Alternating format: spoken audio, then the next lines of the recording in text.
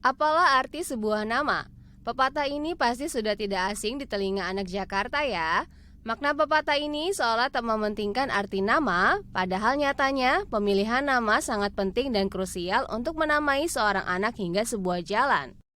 Ya, jangan anggap remeh penamaan sebuah jalan ya anak Jakarta. Karena ada pertimbangan khusus yang dilakukan pemerintah untuk memilih nama mana yang tepat juga representatif dan setiap daerah punya peraturan tersendiri yang diatur oleh pemerintah setempat. Seperti yang diatur dalam Perda Kabupaten Kolaka Timur nomor 15 tahun 2010 tentang pedoman penyelenggaraan penetapan nama jalan, status jalan, ruas jalan, dan nomor rumah atau bangunan. Dalam bab 5 pasal 5 tertulis, ada 5 usulan penamaan sebuah jalan dari nama-nama yang mencerminkan nasionalisme, flora, fauna, pulau-pulau di Indonesia, nama tokoh masyarakat, tokoh agama, dan nama-nama lain yang tidak bertentangan dengan norma.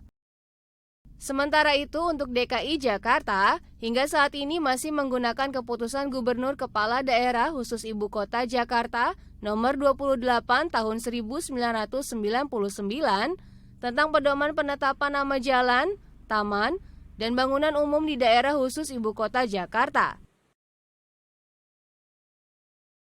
Jika kita perhatikan, nama pahlawan jadi nama yang paling sering digunakan sebagai nama jalan, terutama untuk jalan arteri dan jalan kolektor.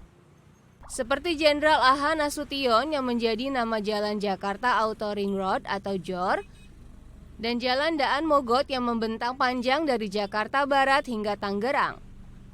Nama-nama pahlawan lainnya yang eksis sebagai nama jalan di Jakarta adalah Letjen S. Parman, Yosudarso, Oto Iskandar Dinata, hingga TB Simatupang. Anak Jakarta, pernah penasaran tidak ya? Kenapa semua nama pahlawan itu berjenis kelamin laki-laki? Dan kemana nama-nama perempuan pahlawan kita ya? Padahal menurut banyak literatur sejarah, banyak sekali perempuan yang turut berkontribusi dalam kemerdekaan Indonesia loh. Nah, setelah berpanas-panas ria menyusuri jalan-jalan ibu kota, tim Jakarta akhirnya berhasil menemukan beberapa nama perempuan pahlawan. Siapa saja nama pahlawan itu dan di mana lokasinya? Tonton sampai akhir ya anak Jakarta. Di kawasan Cawang, Jakarta Timur, tim Jakarta berhasil menemukan Jalan Dewi Sartika. Jalan ini menghubungkan persimpangan Cililitan yang menjadi titik pertemuan antara Jalan Raya Bogor, Jalan Maijen Sutoyo, dan Jalan Cililitan Besar dengan Jalan Oto Iskandar Dinata. Jalan Dewi Sartika melintasi 2 kelurahan, yaitu Kelurahan Cililitan, Kecamatan Kramat Jati, dan Kelurahan Cawang. Tak hanya itu, Jalan Dewi Sartika juga memiliki 2 persimpangan, persimpangan Jambul yang menuju Kalibata dan Pasar Minggu, serta persimpangan Cawang Kompor yang menuju Kampung Melayu, Pancoran, dan Halim Perdana Kusuma. Seperti yang anak Jakarta ketahui, nama Jalan Dewi Sartika diambil dari nama perempuan pahlawan Indonesia asal Jawa Barat, Raden Dewi Sartika.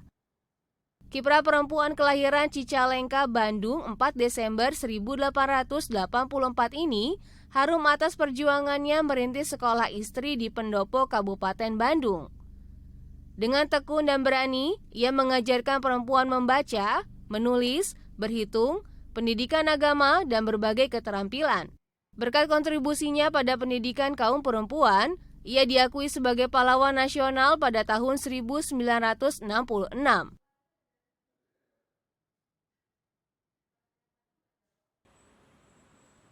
Anak Jakarta mana yang belum pernah mampir ke Jalan Rasuna Said? Ratusan kantor, rumah bagi puluhan kedutaan besar hingga kafe estetik tempat nongkrong berderet di kawasan ini. Rasuna Said menjadi salah satu jalan utama yang dijuluki sebagai Financial District, melintasi sepanjang Poros Sudirman, Menteng, dan Kuningan. Jalan yang membentang sepanjang 4,9 km ini melintasi 7 kelurahan, yaitu Menteng, Setiabudi, Guntur, Karet Setiabudi, Karet Kuningan, Kuningan Timur, dan Kuningan Barat. Nama Rasuna Said diambil dari kiprah perempuan hebat asal Maninjau Agam, Sumatera Barat. Semasa hidup, ia memperjuangkan kesetaraan antara laki-laki dan perempuan melalui aksesibilitas pendidikan. Dengan bekal kecerdasannya, pada tahun 1930, anak dari keturunan bangsawan Minang ini mengajar sebagai guru di beberapa sekolah seperti di Nia Putri dan sekolah-sekolah yang didirikan Permi. Selain pendidikan, ia juga aktif terlibat sebagai aktivis yang menentang praktik poligami, menulis dengan cermat dan kritis sebagai jurnalis dan pemimpin redaksi di majalah Raya, serta diangkat sebagai anggota Dewan Perwakilan Rakyat Republik Indonesia Serikat atau DPR RIS hingga menjabat sebagai anggota Dewan Pertimbangan Agung hingga akhir hayatnya. Habis gelap terbitlah terang. Salah satu mahakarya Raden Ajeng Kartini yang termasyur, kiprahnya sebagai pelopor pergerakan perempuan ini tak diragukan lagi. Nama R.A. Kartini diabadikan sebagai nama jalan di kawasan padat lalu lintas Cilandak, Jakarta Selatan. Uniknya nih, anak Jakarta, selain menjadi nama jalan di Jakarta, R.A. Kartini juga diabadikan sebagai nama jalan di negeri Belanda. Setidaknya tercatat 4 kota besar di Belanda yang menjadikan R.A. Kartini sebagai nama jalan atau yang dalam bahasa Belanda disebut dengan R.A. Kartinistraat. 4 jalan tersebut terletak di Utrecht, Venlo, Zuidoost, dan Haarlem. Bagaimana anak Jakarta? Sekarang kita sudah semakin tahu ya kiprah para perempuan pahlawan yang meski jumlahnya kalah banyak dengan laki-laki, tapi kiprah dan kontribusinya pada Indonesia wajib sekali kita kenang dan teruskan. Hari ini kita belajar sejarah dari nama jalan.